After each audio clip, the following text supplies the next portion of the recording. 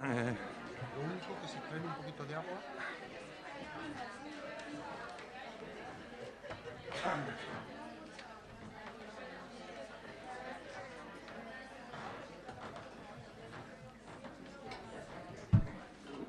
Ahora lo traen.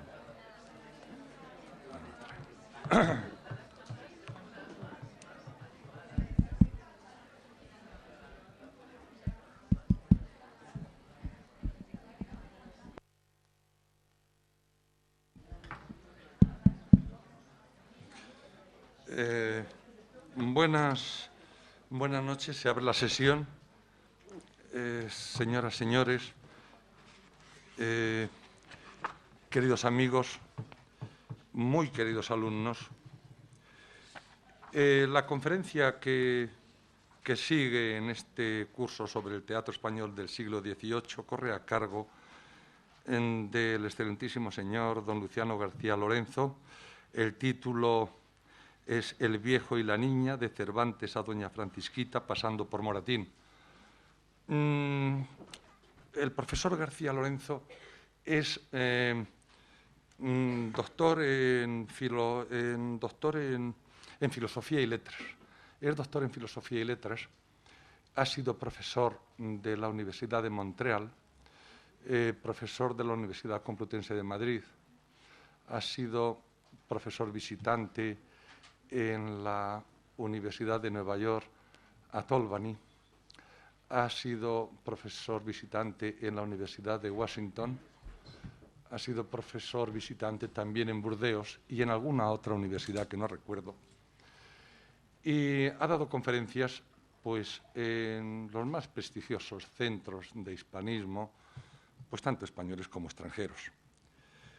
En la actualidad es profesor de investigación del Consejo Superior de Investigaciones Científicas y ha sido miembro del Consejo de Teatro del Ministerio de Cultura, también miembro por elección de la Comisión Científica y de la Junta de Gobierno del Consejo Superior de Investigaciones Científicas, jefe del equipo de investigación sobre el teatro español del mismo Consejo Superior de Investigaciones Científicas.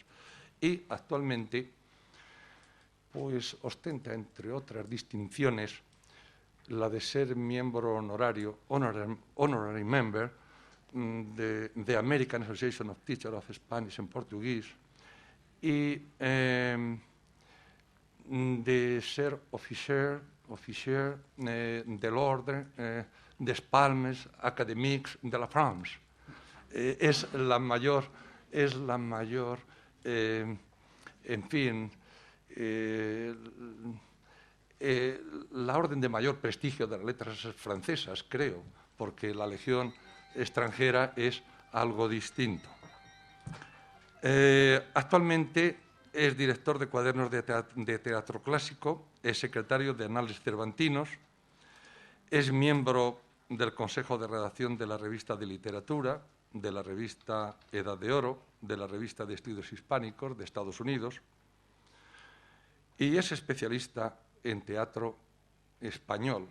Yo no diría que solo de teatro, es especialista en toda la literatura española. Realmente el profesor García Lorenzo es un especialista en absolutamente todos los campos de la literatura española, porque verán ustedes, pues ha editado a Cervantes, a Buero Vallejo, a Lauro Olmo, a Galdós, a Juan Valera, en fin, toca todos los temas, no solo los de teatro y no solo pues, los de la Edad de Oro, sino también los modernos y contemporáneos, los de ahora mismo, Jacinto Grau, etc. Y entre sus libros, pues yo citaría el tema del Conde Alarcos, del romancero a Jacinto Grau, el teatro de Guillén de Castro, el teatro español hoy, semiología del teatro, el personaje dramático, editó el personaje dramático, teatro y vida teatral a través de las fuentes documentales, las misiones pedagógicas de Zamora, etc. En fin, un currículum extraordinario que, dicho así por encima, pues bueno, deja entrever que hay pues una labor investigadora de muchísimos años. Don Luciano García Lorenzo, cuando usted quiera, ilústrenos sobre este tema tan interesante de la vieja y el niño. Buenas tardes. Y bueno, ya una persona hace muchos años dijo que cuanto más larga la presentación, más viejo era uno. Entonces, efectivamente es así, pero ¿qué le vamos a hacer? Por lo menos algo se ha hecho en la vida.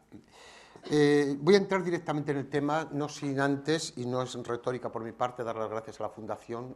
Yo he estado aquí ya bastantes veces y cada vez vengo más encantado, sobre todo porque hay pocos sitios, incluso en Madrid.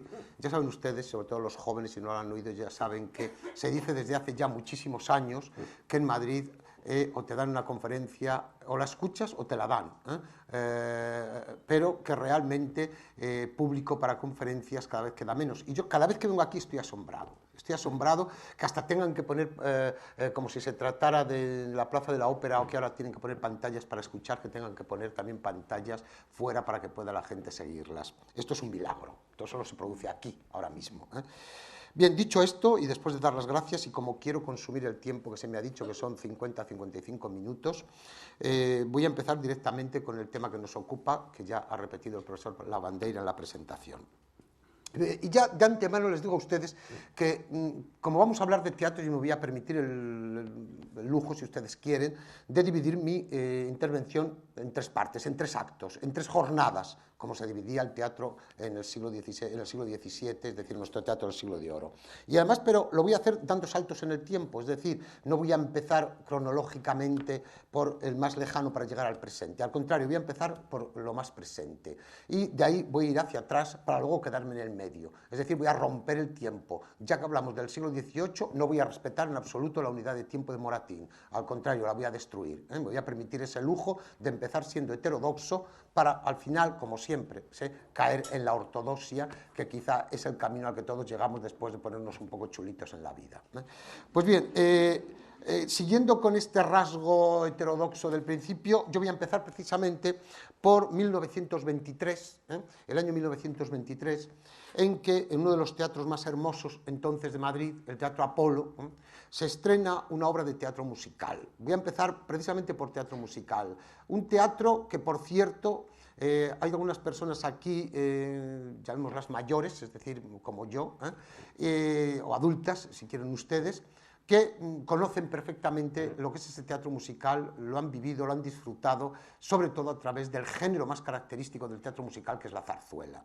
Cosa que los jóvenes, quizá por desgracia, yo les aconsejo que vayan al Teatro de la Zarzuela y que escuchen zarzuelas. Son una verdadera preciosidad, el género musical español por excelencia. Pues bien, en 1923 se estrena una zarzuela, una de las zarzuelas más hermosas de nuestra historia del teatro musical, titulada Doña Francisquita. Doña Francisquita es una zarzuela de Amadeo Vives, uno de los maestros por excelencia, compositores de este género, y de Guillermo Fernández Sou, que es también un escritor de la familia Fernández Sou, la mayoría de ellos dedicados precisamente a las actividades de tipo intelectual. Es una zarzuela preciosa, es una zarzuela que tuvo un éxito extraordinario, y con ella se culmina, lo cual no quiere decir que después no podamos poner ejemplos, culmina toda una tradición, por eso os dije que iba a dar saltos en el tiempo, culmina una tradición, culmina algo que podríamos denominar como un continuo, una línea temática dentro de la historia de la cultura española y sobre todo dentro de la historia del teatro español, que es el de el viejo y la niña, es decir, el viejo enamorado o gustándole una chica joven, el viejo que casado o pretendiendo casarse con una adolescente o una mujer muy joven, se convierte, y ya adelanto una de las que será mis conclusiones de esta charla, se convierte en un personaje esperpéntico, se convierte en un personaje patético absolutamente. Precisamente una de las últimas conferencias que yo di aquí hablaba un poquito de esos don Juanes que se convierten, esos don Juanes de pantuflas y brasero, que se convierten por la edad precisamente en personajes patéticos, en personajes esperpénticos, en personajes bufonescos. Pues bien, en toda la tradición de la literatura española, siempre a través de ella podemos encontrar testimonios maravillosos de estos viejos casándose o queriéndose casar con chicas jóvenes, con adolescentes. Evidentemente lo que yo voy a pretender es poner una serie de testimonios que culminan en Doña Francisquita, como digo, y que nos ofrecen a través de ellos todo un retrato de tipo social, de tipo familiar, al mismo tiempo que la presentación de una serie de personajes, algunos de ellos definitivos, como veremos, sobre todo a los que me referiré en segundo lugar, el segundo salto que voy a dar, definitivos para comprender ciertos géneros de la historia de nuestro teatro español. Doña Francisquita, para los que no la conozcan, que muchos de ellos no tenéis por qué conocerla, evidentemente, Doña Francisquita es la historia de una joven llamada Francisquita, como el título de la obra, enamorada de un joven llamado Fernando, da igual los nombres, porque no quiero indigestaros con nombres, sino con la historia como tal. La historia de una joven, de una adolescente enamorada de un joven como ella, y sin embargo con una madre que lo que pretende es, siguiendo esa trayectoria de la que yo voy a poner testimonios, lo que pretende es casarla con un viejo, naturalmente por motivos de egoísmo, por motivos de dinero, por motivos de quedarla bien colocada. Naturalmente, Doña Francisquita es una obra que tendrá un final feliz, como lo tiene el 99% del teatro musical español, y al final ese cruce, ese triángulo que yo he mostrado, viejo, joven masculino, joven femenina, naturalmente el viejo quedará apartado de esta lucha, convertido en un personaje.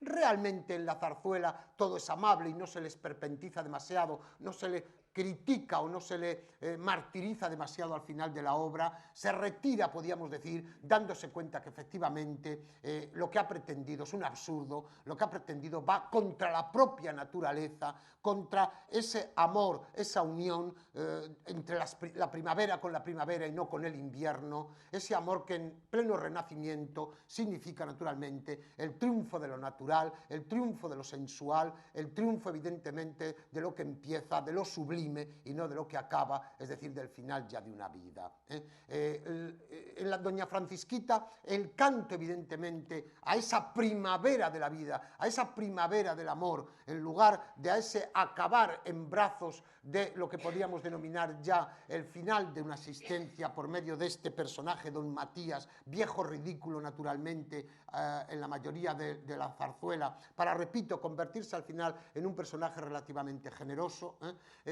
nos muestra con este triunfo, evidentemente, esa línea de la que yo quiero presentaros una serie de ejemplos y fundamentalmente detenerme en la segunda parte de mi conferencia, lo que es cronológicamente el centro de este ciclo, que es el siglo XVIII.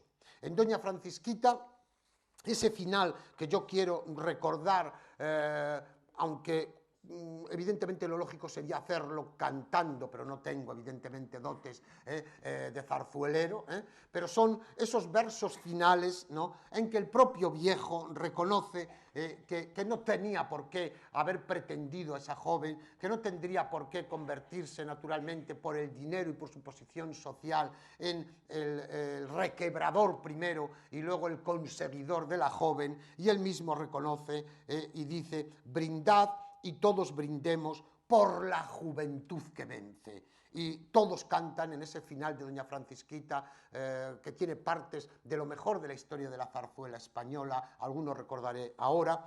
Todos cantan en un coro general de la obra: canto alegre de la juventud, que eres el alma del viejo Madrid, vuela ya y en tu volar de pájaro pregona nuestro júbilo por los celestes ámbitos.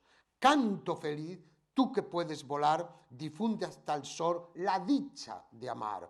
Y dos versos finales, ¿no?, que resumen perfectamente lo que es la historia. Y en la primavera que nos espera, suene sin cesar. Es decir, es un triunfo del amor y no de la conveniencia, es un triunfo de la sensualidad, es un triunfo de la fuerza, es un triunfo del sexo, evidentemente, como veremos luego también, es un triunfo naturalmente de la vida, en último término. Pues bien, esta zarzuela Doña Francisquita que, repito, en 1923 culmina, repito, toda esta línea de la que voy a hablar, tiene también una serie de datos que yo en un trabajo que se publicará próximamente he querido resaltar para mostrar que se trata de un homenaje, y esto me va a servir para dar ese salto en el tiempo, que se trata de un homenaje a nuestro teatro clásico. Doña Francisquita es una recreación absolutamente maravillosa en muchos aspectos de lo que es nuestro teatro clásico, nuestro teatro del siglo de oro. Son muchos los datos que podía dar, pero voy a dar fundamentalmente los principales que me sirven para apoyarme, como digo, en el salto que voy a dar para irme hasta el siglo XVII. En primer lugar, es un homenaje, como no, a Madrid. Y Madrid, que quede claro, y no porque esté aquí, sino porque es evidente, está claro, y además en un libro próximo que va a aparecer, no mío, pero que sí que conozco ya el original, se hace un canto maravilloso a Madrid como protagonista de ese teatro del 17, se ha hecho muchos trabajos, pero un libro de conjunto extraordinario, que ya veréis, basado en los 5 sentidos, Madrid a través del olfato, Madrid a través de la vista, Madrid a través del gusto, a través de los 5 sentidos. Pues bien, es Doña Francisquita, como tantas y tantas veces en las zarzuelas, el protagonista no es Doña Francisquita, ni su madre, ni Don Matías, ni Fernando el Joven, es Madrid. Es el pueblo de Madrid, son las calles de Madrid, es las plazas de Madrid, las plazuelas de Madrid, los callejones de Madrid. Es un canto absolutamente a Madrid. Y en nuestro teatro del 17, si tenéis que buscar los espacios urbanos de nuestro teatro clásico, indudablemente el espacio por excelencia, aunque aparezca como no Sevilla y Valencia, las 2 ciudades más prósperas, mucho más que Madrid, por supuesto, en la España de entonces, Madrid era la capital oficial, administrativa, pero las ciudades de verdad prósperas era Valencia fundamentalmente, y lo fue Sevilla, y sobre todo en el siglo XVI, no tanto ya en el XVII. Pues bien, aunque aparezca Toledo, aunque aparezca Sevilla, aunque aparezca Valencia, aunque aparezca Salamanca, aunque aparezca Ocaña, aunque aparezcan tantas y tantas ciudades, podemos hablar de una geografía de la España de entonces a través del teatro. Sin embargo, la mayor cantidad de piezas tienen como protagonista a Madrid. Tengamos esto en cuenta para lo que voy a decir a continuación. En segundo lugar, encontramos motivos de nuestro teatro clásico que son tomados por los autores de Doña Francisquita, precisamente, como digo, para recrear y homenajear ese teatro clásico español. Y un motivo que tenéis que tener en cuenta, sobre todo los jóvenes, porque lo vais a estudiar si hacéis filología, y si no, id a él, porque en el fondo, ¿qué es el teatro sino la gran mentira? Un teatro que suene a verdad, es un teatro que ha fallado. El teatro tiene que ser la ficción, tiene que ser la mentira. Para la realidad ya la tocamos nosotros. Lo que crea el teatro son grandes mentiras que evidentemente nos atraen y nos producen el placer que produce toda mentira, mucho más que las verdades, eso es evidente. Pues bien, uno de los grandes recursos para mentir en nuestro teatro del siglo de oro es disfrazarse, el disfraz. Y sobre todo el disfraz varonil, la mujer que se disfraza de hombre. Es mucho más raro el hombre que se disfraza de mujer. Es mucho más tópico, por otra parte. El hombre que se disfraza de mujer, seguramente Adán para hacer reír a Eva ya se disfrazó de mujer. Pero porque es un topicazo mucho mayor. Es decir, el hombre generalmente ha tendido en ese... Se dice que todo hombre tiene aunque sea mínima dosis de mujer, hay en él siempre una mínima dosis de homosexualismo. Pues bien, podríamos decir que el disfrazarse de mujer es donde se ha expresado tradicionalmente la búsqueda de la risa, pero bien también la búsqueda de la transformación del hombre a través del disfraz. Pues bien, el disfraz varonil, el disfraz de la mujer vestida de hombre, es un tópico que encontramos también en esta zarzuela. Tercero, encontramos el elemento del celestinesco, el elemento, es decir, la Celestina presente también a través de esa madre que pretende casar a su hija. Y el elemento celestinesco, no lo olvidemos, baña muchas de nuestras obras clásicas. Y una fundamental, que si no habéis leído, hacer la lista por obligación que tenéis que leer y leerla, la primera, la segunda o la tercera, que es El Caballero de Olmedo. Pero no solo El Caballero de Olmedo, en muchas otras obras el elemento celestinesco aparece. Pero es que aparece incluso un corral de comedias, y aparece incluso una actriz que es Aurora la Beltrana, un personaje precioso a través de toda la zarzuela. ¿Cómo no? Aparecen también bailes y canciones a la manera de nuestro teatro clásico en esta zarzuela. Y no olviden ustedes, por ejemplo, una que les sonará sobre todo a los más mayores. Mambrú se fue a la guerra. Allí aparece perfectamente como una de las partes más importantes de esta zarzuela. Por cierto, que yo he hecho una encuesta sobre si alguien sabía quién era Mambrú, y rarísimo, he encontrado personas que sepan quién era Mambrú. Era Lord Marlborough, evidentemente, era es un personaje inglés relacionado con la historia de la española y francesa, pero generalmente se piensa que Mambrú es un personaje popular español, se convertirá luego en un personaje naturalmente de leyenda, pero es un personaje inglés. Pues bien, esa canción evidentemente preciosa que podemos allí encontrar, en fin, toda la zarzuela de Doña Francisquita es, repito, un canto, sin duda alguna, a nuestro teatro clásico. ¿Por qué?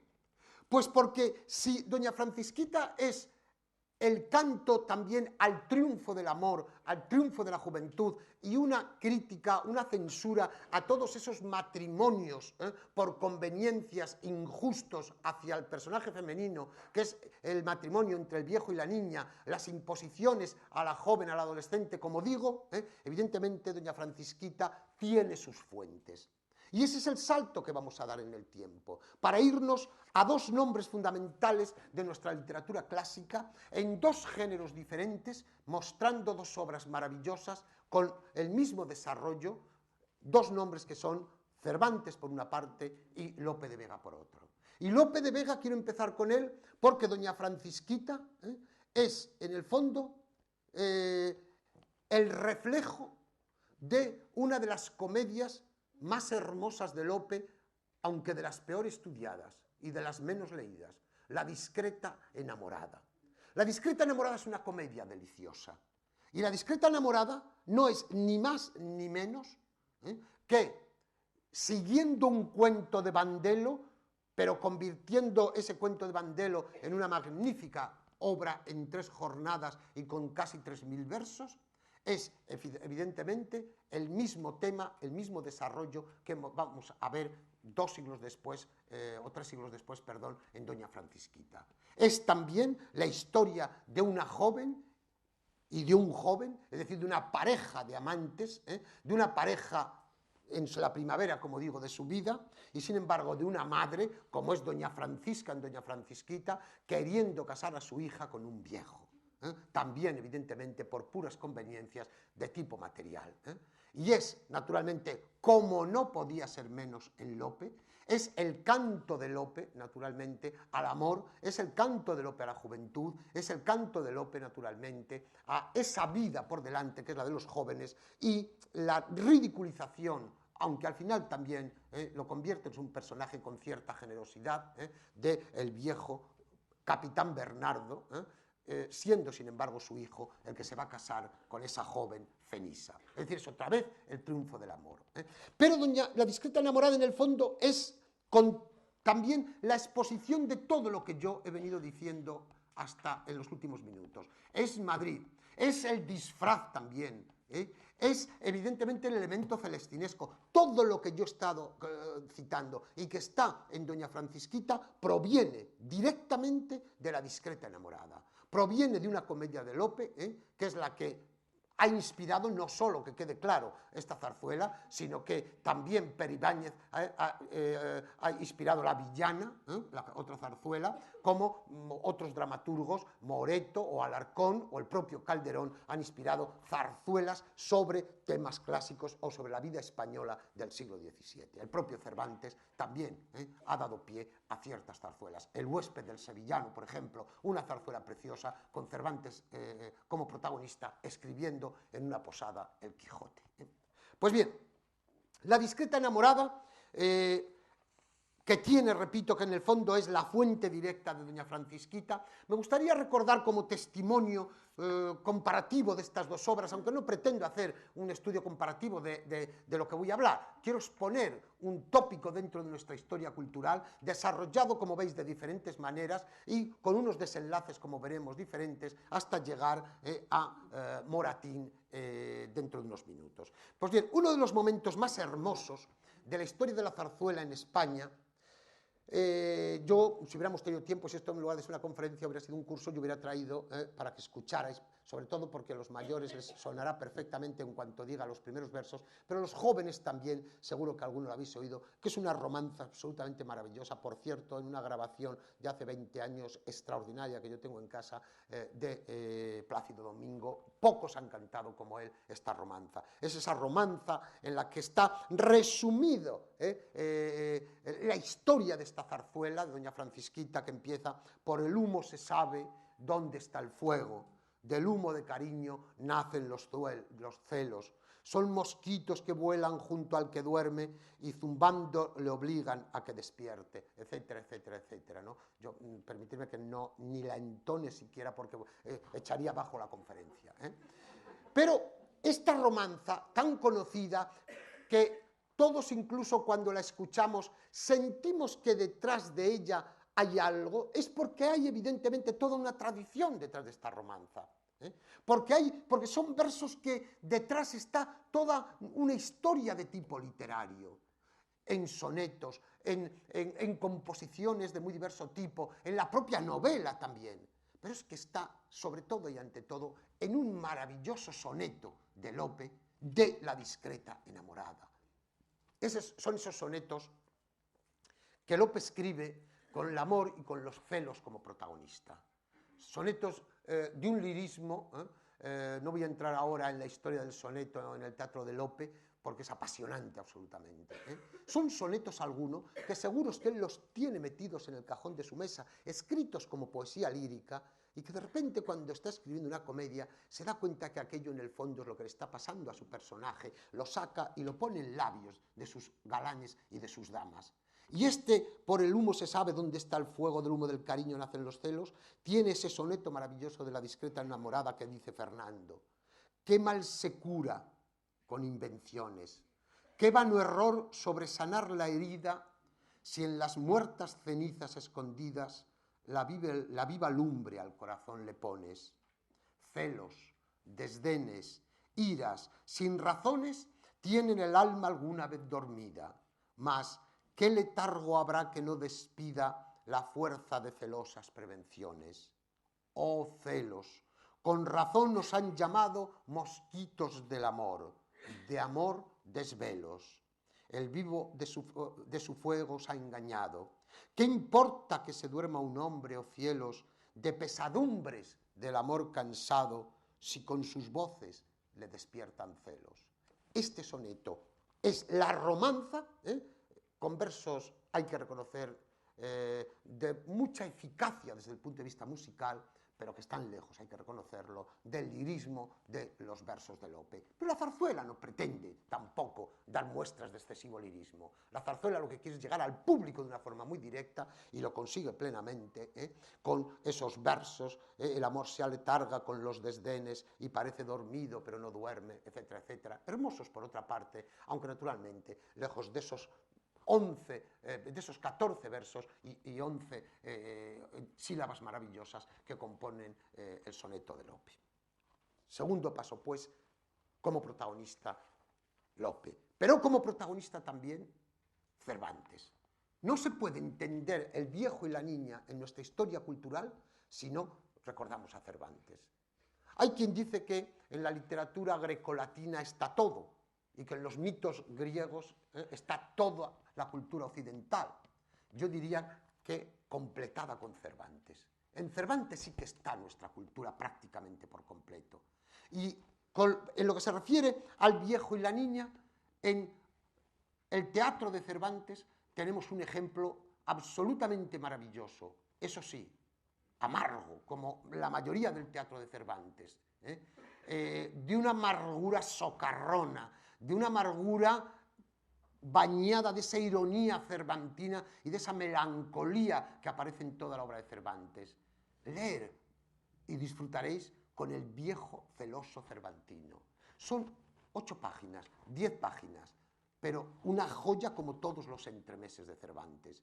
Y en ese entremés del viejo celoso de Cervantes está cruelmente, que quede claro, cruelmente reflejado lo que es para Miguel de Cervantes el matrimonio. Aquí el matrimonio, antes hemos visto cómo triunfaba el amor, pero aquí sin embargo el matrimonio entre un viejo, Ortigosa, y una jovencita, Lorenza, pero también la venganza de Lorenza, la venganza de meterse en la habitación con un adolescente, con un joven como ella, y si me permitís, con un término que no es muy científico ni tampoco de la época, retransmitir su coito para que lo escuche su marido, para que sufra Ortigosa por tenerla encerrada, por no dejarla salir a la calle, por encerrarla con 20 llaves. Por cierto, el tema de la llave que encontramos en el cuplé, que es para el teatro musical, al fin y al cabo el cuplé es uno de los elementos que podemos encontrar en el teatro musical del 19 y principios del 20, ese tema de la llave, maravillosamente reflejado en una película, creo que era Lauren Bacall, cuando ve llegar a ese personaje y le dice: ¿qué llevas en el bolsillo, la llave o es que te gusto? Que es maravilloso, ¿no? Pues el tema de la llave lo tiene en Cervantes. Ella protesta, y la criada le dice, él tiene la llave guardada siempre en el bolsillo. Y le dice Lorenza: nunca le he visto la llave. Evidentemente, todos esos elementos que toma Cervantes maravillosamente desde el punto de vista de la ficción dramática, lo encontramos cruelmente en El viejo celoso, pero como lección hacia el futuro para todos los que han tomado el tema del viejo y la niña, convirtiendo, repito, en un personaje absolutamente bufonesco a este viejo celoso, a este viejo que encierra la vida en 4 paredes sin dejar que se desboque, que es lo que tiene que hacer Lorenza saliendo a la calle. Pues bien, en ese salto que estoy dando hacia el pasado, naturalmente, esa segunda jornada, ese segundo acto, lo representarían Lope con la discreta enamorada, fuente directa, naturalmente, como digo, de doña Francisquita, y naturalmente el viejo celoso, que es fuente directa de toda la literatura referido a la relación, naturalmente, entre el viejo y la adolescente. Pero este ciclo está dedicado, naturalmente, al siglo XVIII. Y la segunda parte de mi intervención, evidentemente que está dedicada a Moratín, porque de manera muy diferente a como nos lo muestra Cervantes, de manera mucho más racionalista de la que nos lo presenta Lope. Lope nos lo presenta como él escribe su teatro en la mayoría de las ocasiones, no siempre. Lope también sabe hacer tragedia, también sabe hacer drama, pero sin embargo es maestro en este tipo de conflictos y de comedias. Diferente también a lo que es esa obra de teatro musical, ese cuadro de Madrid que nos presenta doña Francisquita, es el tema desarrollado por Moratín. ¿Y por qué he elegido yo, para hablar del 18, teniendo como consecuencia el viejo y la niña, por qué he elegido naturalmente como testimonio Moratín? Porque en el teatro de Moratín, de 5 obras que escribe, de 5 comedias, 4 desarrollan el mismo tema. Y 2 es tema prácticamente único que desarrolla, Moratín sigue la unidad naturalmente de acción y lo que nos cuenta es prácticamente una sola historia, pero por mucho que quiera se desmembran en ocasiones con personajes secundarios, mínimos, pero están. Sin embargo, en 2 obras, titulada naturalmente El sí de las niñas la primera y El viejo y la niña la segunda, o al revés, El viejo y la niña la primera cronológicamente y El sí de las niñas el segunda, Moratín es el autor que después de Cervantes y Lope, y antes de la zarzuela que arremeda la discreta enamorada, y antes de doña Francisquita, nos ha dejado los testimonios más importantes de lo que es las consecuencias de esos matrimonios o de esas historias que se pretenden que lleguen al matrimonio, y ahora lo veremos. Se ha dicho, que quede claro que no quiero tampoco dejarlo suelto, porque es un tema que lo podéis encontrar si esta noche os acercáis a leer algo referido a la crítica sobre Moratín, algo, y es el paréntesis quizá un poco más erudito que voy a hacer en mi exposición. Hay quien ha defendido que estas historias que presenta Moratín responden a una experiencia personal. Es decir, que Moratín, y tenemos naturalmente cartas de él y documentos que nos lo prueban ampliamente, por otra parte, Moratín se enamoró también de una mujer mucho más joven que él, sin las diferencias de edad que podemos encontrar en Cervantes, en Lope o en Doña Francisquita, donde ahí sí que es viejo y niña, naturalmente las edades hasta que se llegaba en nuestro siglo XVII, tampoco podemos pretender que sea un viejo de 80 años, es un viejo de 50 y tantos, ¿no? Eso sí, con una joven de 16. 16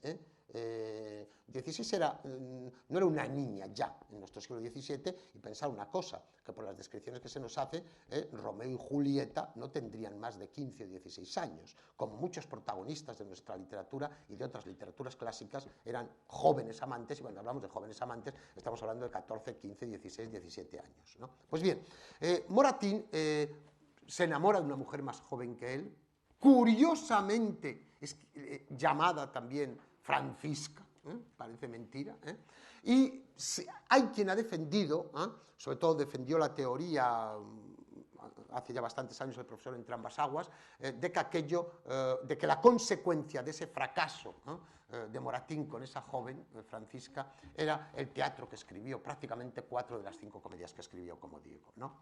Bueno, esto ha sido discutido, ya el profesor Fernando Lázaro Carreter, hace también años, matizó, más que matizó, casi negó las teorías de Entre ambas aguas, cada uno defendiendo, y no voy a meterme ahora en teorías de la literatura, pero cada uno defendiendo dos líneas de crítica, dos prácticas críticas que se han dado a través de los últimos 150 años, cada vez menos, una de ellas, ahora lo diré. Pero esas dos prácticas de crítica es la que tiene muy en cuenta los elementos autobiográficos del escritor y aquella que dice que lo que hay ahí es literatura y que puede que haya detrás alguna experiencia, pero lo que tenemos que juzgar es la obra literaria sin tener que subordinarnos a si eso es biografía o no biografía, ¿no? Bueno, Lázaro Carreter, en una edición que ya publicó hace algunos años, ya defendió de que el teatro de Moratín hay que juzgarlo como literatura y no como el desahogo y la experiencia personal del propio autor. Las discusiones han seguido desde entonces y podíamos citar nombres de críticos que se decantan hacia una u otra idea, aunque en los últimos 2 o 3 decenios fundamentalmente se ha visto la literatura como producto naturalmente de un escritor, pero sin que tenga, como dije antes, que subordinarse a acontecimientos biográficos, a no buscar explicaciones de tipo biográfico, sino a analizar la obra como exenta muchas veces de la propia biografía. Pues bien, Moratín, como digo, pasa por esa experiencia, por lo tanto, mucho poco, yo sí creo, si tuviera que mojarme, que mucho poco sí que ha dejado naturalmente en sus obras, no en la historia que cuenta, que quede claro, no en la historia que cuenta, no en los acontecimientos, los acontecimientos es pura ficción, pero sí que puede latir, naturalmente, en el desarrollo general de la obra y sobre todo en los desenlaces de la obra, sí que naturalmente Moratín puede que haya dejado algo del sufrimiento, del tormento, de esa relación atormentada que para él supuso la no consecución finalmente del amor, o por lo menos de entablar matrimonio con esa mujer. Como digo, de las 4 obras dedicadas, hay 2 que he tomado, las 2 fundamentales, para sobre todo mostrar las diferencias en la práctica de una historia, como Moratín, mostrando así su sabiduría teatral, eso sin duda alguna, cómo están realizadas las 2 con los mismos mimbres, los mismos materiales, pero sin embargo elaboradas muy diferentemente. incluso desde el punto de vista de la propia composición formal de la obra. Naturalmente, son obras en 3 jornadas, son obras en las cuales se respetan perfectamente las 3 unidades neoclásicas, la unidad del lugar, la unidad de acción y la unidad de tiempo, completamente. Las historias que nos cuenta Moratín son historias muy lineales, como os he dicho antes, sin salirse excesivamente, a diferencia de nuestro teatro clásico, donde encontramos una acción principal, como decimos habitualmente, pero acciones secundarias que se van realizando por los criados, por los antagonistas, por otros personajes, o acciones secundarias de los que completan la acción primaria del galán y de la dama. En nuestro teatro neoclásico, nuestro teatro del 18 o de principios del 19, como es la segunda de las obras que voy a hablar de Moratín, son muy respetuosos con esas unidades clásicas, sobre todo y ante todo con la que yo no estoy respetando, que es la de tiempo. Ellos se ciñen como máximo a ese precepto de que la acción se desarrolle como máximo en 24 horas.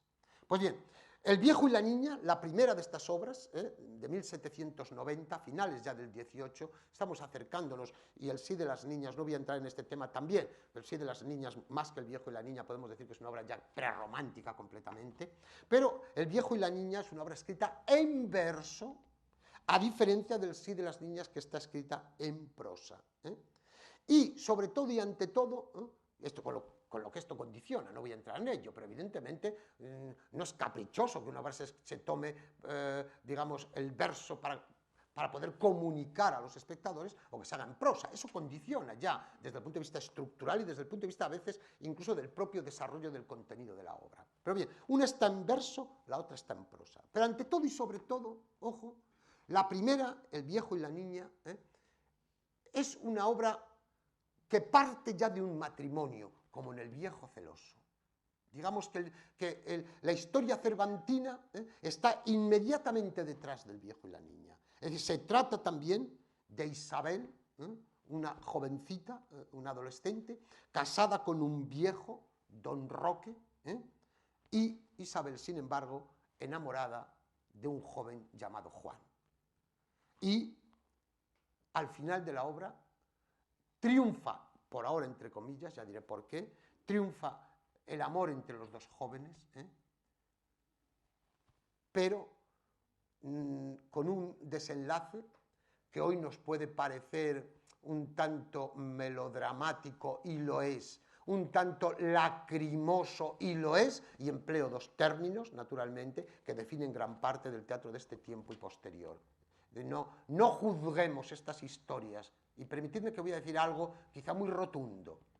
No solo no nos extrañen, y mucho menos no nos riamos, de historias que hoy nos parecen pueriles y que hicieron sufrir a una sociedad en su momento, porque seguramente en el camino en que estamos, dentro de 100 o menos de 50 años, tendríamos que reírnos del maltrato hoy a la mujer, porque seguramente dentro de 50 o 100 años serán excepciones lo que hoy todavía no es que sea moneda corriente, pero es más habitual. No nos riamos de lo que hoy nos puede parecer melodramático, exagerado, es decir, que una joven casada, por la intervención naturalmente de su madre o de sus tutores, casada con un viejo, al final no llegue al adulterio, aunque demuestre su amor hacia el joven que está a su lado, y que prefiera retirarse a un convento, prefiera retirarse y hacerse monja. Era una solución, era un desenlace ajustado a lo que es la sociedad de finales del siglo XVIII. Y repito, no lo veamos como algo tan extraño, hay que contextualizar las cosas, porque, repito, el maltrato, los malos tratos, ojalá lo veamos también como historia, dentro de esta línea que estamos viendo, de machismo, porque en el fondo estoy hablando de machismo, entre otros aspectos, naturalmente, puede que sea historia dentro de 50 años, lo que hoy nos parece, no hechos habituales, pero sí corrientes. Pues bien, el valor de Moratín, el valor de El viejo y la niña, es sobre todo y ante todo lo que tiene de denuncia de una sociedad hipócrita, una sociedad machista, una sociedad cínica, una sociedad materializada e instrumentalizando a la mujer para la consecución de esos intereses. Y además instrumentalizando lo que más débil era entonces en el mundo social, a la adolescente, a la joven, muchas veces utilizada naturalmente por sus padres, imponiendo el casamiento, y naturalmente haciéndolo muchas veces también en huérfanas por medio de sus tutores, de sus preceptores, que lo que iban buscando naturalmente era la utilización de ese cuerpo de 16, 17, 18 o 20 años. Moratín lo que nos está diciendo a través de estas obras, y ya lo dice directamente en El viejo y la niña, de una manera, nos lo presenta de una forma que tiene poco que ver con Cervantes, hay que reconocerlo. Cervantes lo hace de una manera muy cruel, Cervantes lo hace tremendamente realista. Esa descripción, como he dicho, de lo que está ocurriendo detrás de la puerta y que tiene que escuchar el viejo, cómo está gozando su mujer lo que él no le ha podido dar. Moratín, naturalmente, estamos dentro de un mundo mucho más comedido, dentro de un teatro mucho más aburguesado, dentro de un teatro mucho más comedido. No olvidemos que detrás de esto, en Moratín, no puedo hablar de todos los testimonios, está Molière, el École de Mer y la Escuela de Mujeres de Molière, evidentemente, y un tanto lejano ese mundo, repito, de los entremeses. El entremés lo permite, y permitidme que haga el paréntesis, el entremés permite esa caricatura, el entremés permite esa crueldad tan directa. Una comedia neoclásica no puede permitirlo. Sí, los entremeses o los sainetes que se escriben por entonces, por supuesto, pero estamos ante la comedia de un autor que quiere presentar a la burguesía de su tiempo, naturalmente, como una burguesía que en lo que se refiere a la educación de la mujer, en lugar de educarla, lo que está haciendo es utilizarla. Por eso, el desenlace del viejo y la niña es la aceptación de don Roque, del viejo, de lo que ha sucedido. Es decir, no es la crueldad, como digo, de Cervantes, y las últimas palabras de Moratín, muy moralistas, como lo es toda la comedia, muy moralizadoras, son, el viejo dice, calla, le dice a su criado, que en cuanto me digas, tendrás razón, pero deja que reniegue de mí mismo, pues yo, por mi ligereza, he sido causa de todo. Ya lo pago, y aunque venga tarde, reconozco ahora que no son edades estas para pensar en casorios. A lo que le dice el criado, que ha sido un criado muy lejano a los criados, a los graciosos de nuestro siglo de oro. Es un criado moralista, es un criado opinando siempre de una manera muy ortodoxa, es un criado que lanza sus discursos desde el punto de vista social y desde el punto de vista ético. Dice para cerrar la obra, el criado, si muchos lo conociera, pero sí, cuanto más viejos, más niños y más troneras. Es decir, cuanto más viejo se es, más infantil, más ridículo y más tronado, más loco. Este final del viejo y la niña, moratiniano, un final, como veis, educador, es un final de denuncia, naturalmente, por toda la obra es una denuncia y hay alusiones continuas a la sociedad de su tiempo. Este final es un final, sin embargo, repito, tengamos esto en cuenta, que no es cruel. Es un final, incluso con el viejo, es presentarlo de alguna manera como un viejo caduco, pero al mismo tiempo con cierta generosidad. No ha triunfado, ha perdido lo que pretendía y él mismo reconoce que ya no está para esos trotes, quizá, evidentemente. Pues bien, El sí de las niñas es una comedia mucho más intensa, evidentemente, que El viejo y la niña. Pero en El sí de las niñas se nos presentan a los personajes todavía sin haberse casado. Es decir, son jóvenes y un viejo, naturalmente, pero lo que podríamos decir es que lo que empieza en El viejo y la niña, es decir, en El viejo y la niña se nos muestra el final ya de una historia.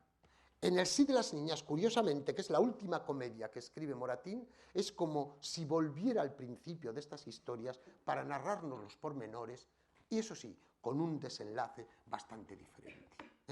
El final que tenemos en El sí de las niñas es un final feliz, es un final, evidentemente, donde no tiene por qué sacrificarse la joven metiéndose entre cuatro paredes. Primero, entre las cuatro paredes que la tiene encerrada el marido. Segundo, entre las cuatro paredes de un convento. Es la víctima. En el sí de las niñas hay más optimismo. Hay, yo diría, es una obra casi, yo casi diría, renacentista. Es un canto al amor, es un canto a la relación entre iguales, es un canto, como decía, al mundo primaveral, es un canto a la vida, es un canto a la sensualidad, sin duda alguna, ¿no? Muy diferente, repito, al viejo y la niña. Allí se nos presenta a Paquita, 16 años, se nos describe, don Diego, 59 años, y completando la acción, y continuamente estos personajes, naturalmente, no podría existir acción dramática si no existiera el joven, que precisamente es un don Carlos, sobrino de este viejo, es un sobrino, y naturalmente, si no existiera un personaje fundamental y que es, podríamos llamarla la mala de la historia continuamente, que es la madre, naturalmente, de la joven, la madre del adolescente, que es la que pretende, por interés, naturalmente, colocar a la niña, casar a la niña. Ojo que estamos hablando de algo que en ciertas culturas hoy es habitualísimo. Yo no sé si habéis leído, me ha venido ahora, no lo había preparado, pero me ha venido ahora una noticia que apareció en el periódico hace un mes en Rumanía, donde se había casado a dos gitanos, habían dos chavalitos, ella, 14 años, no, o 12 años creo que tenía, y que además iba a consumar el matrimonio aquella noche. Es decir, que no era un matrimonio para que luego se separaran, fueran con los padres, no, no, se iba a consumar el matrimonio esa noche, que es lo que hay que hacer según la tradición. Evidentemente fue un escándalo internacional, intervinieron diversas organizaciones y al final el propio gobierno rumano rompió ese matrimonio y mandó a la niña, porque era una niña naturalmente, porque la niña no quería. El problema es que la niña tampoco quería eso, evidentemente, y la mandó con sus padres. Pero ojo, en culturas africanas esto es lo habitual. Ayer yo veía un programa en televisión, un programa extraordinario, sobre, bueno, un actor alemán que creó una ONG hace algunos años y se fue a Níger y allí ha hecho una labor extraordinaria y era muy emotivo ver cómo llegaba al mismo lugar donde había creado una pequeña ciudad y había redimido pues, a unos cientos de personas, a unos cientos de hombres y de mujeres, sobre todo hombres, allí en Níger. Y cómo le presentaban a la que había sido una niñita, había nacido entonces, cuando él hizo esto, cuando este documental tenía ya algunos años, pero cuando acababa de nacer y él va 18 años después y se la están presentando. Y entonces al presentarla él se emociona al verla, que le enseñan una fotografía, que la tiene en brazos pequeñita, pequeñita, pero a mí lo que más y a él le produjo como una sensación incluso de pequeño fracaso dentro de ese mundo que él había podido regenerar, es que esa chica de 18 años, naturalmente machacada por la vida, por lo que voy a decir ahora, le dice que le dice, ¿estás embarazada? Y dice, sí, es mi noveno hijo. Noveno hijo. Tremendo. Quiere decir que había estado cada 9 meses embarazada desde que tenía 11 o 12. Bueno, quiero decir que estamos hablando de cosas que están sucediendo. Estamos hablando no de excepciones, evidentemente que dentro de nuestra sociedad todo esto lo vemos quizá como historia, relativa historia, matrimonios por conveniencias y matrimonios por unir fortunas, los hay y sigue habiéndolos, y por otras razones. Pero lo que es evidente es que tenemos alrededor una serie de culturas, de sociedades, no tan lejanas a nosotros, no hace falta más que pasar el estrecho. Pasando el estrecho, es decir, a 400 kilómetros o 600 en línea recta de aquí, lo tenemos habitualmente. Y podemos encontrar efectivamente estos matrimonios entre niñas, realmente niñas, y viejos por conveniencia. Por eso Moratín, la denuncia que hace en El viejo y la niña se completa maravillosamente con una obra mucho más importante desde el punto de vista dramático, es una pequeña joya, el sí de las niñas, pero con un desenlace que es, pues eso, mucho más optimista, mucho más esperanzador, en la línea de esos desenlaces que podemos encontrar en las comedias de Lope, donde puede aparecer este tema. Es una comedia... Hay quien ha dicho, tampoco quiero meterme demasiado en zarandajas, pero hay quien ha dicho, como antes adelanté, que El sí de las niñas es ya casi una obra romántica, donde la emoción y la pasión triunfan sobre el racionalismo. Yo estoy de acuerdo. Es una obra, por otra parte, ya de principios del siglo XIX, y estamos entrando ya en una dinámica, naturalmente, de relaciones expuestas a través del teatro y de la novela, que está lejos ya esa literatura dieciochesca, o eso que hemos llamado literatura dieciochesca. Pues bien, este desenlace está expresado muy bien por el propio don Diego, el viejo, que acepta naturalmente lo que ha sucedido, se da cuenta de lo que ha sucedido y dice al final de la obra: él, se refiere a su sobrino, al joven, y su hija de usted, le dice a doña Irene, a la vieja, a la madre de ella, mientras él y su hija de usted estaban locos de amor, mientras que usted, se refiere a la madre, y las tías fundaban castillos en el aire y me llenaban la cabeza de ilusiones que han desaparecido como en un sueño.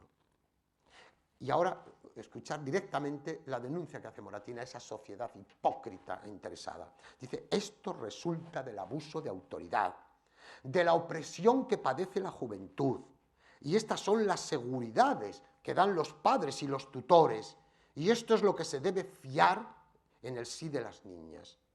Por una casualidad, he sabido a tiempo el error en que me encontraba. Ay de aquellos que lo saben tarde y cuando ya no hay remedio. Es decir, muy directamente Moratín está denunciando a esa sociedad, pero al mismo tiempo no abandona, por supuesto, que quede claro, no abandona ese sentido didáctico de su teatro, ese sentido moralizante de su teatro, con esta intervención de don Diego, también, naturalmente, salvado al final, como se han salvado algunos de los otros personajes que hemos visto, como se salva, y con esto acabo, como se salva naturalmente el viejo de doña Francisquita, y en aquellos versos que citamos al principio, gritando: viva el amor, viva la juventud, viva la primavera, etcétera, etcétera. Quiero acabar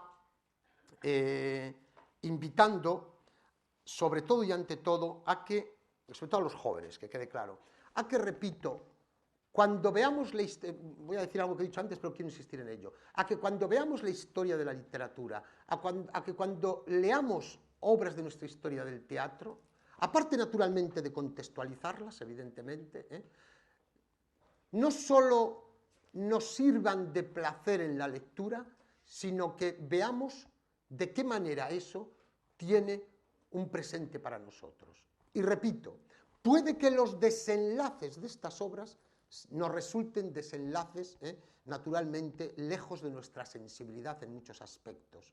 Hoy los conventos están vacíos. Curiosamente se llenan con jóvenes indias, pakistaníes, etc.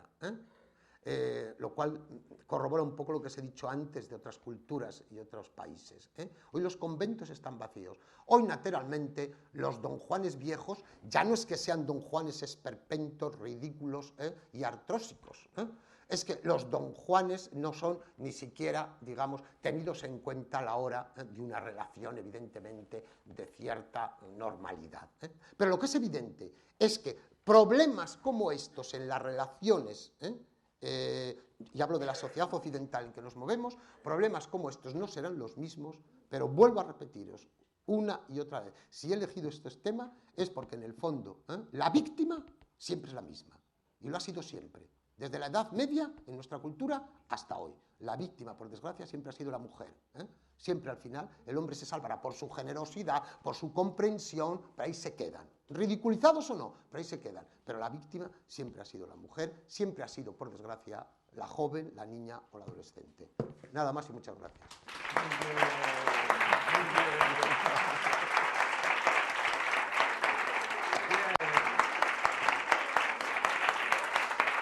No sé si dices si hay alguna pregunta.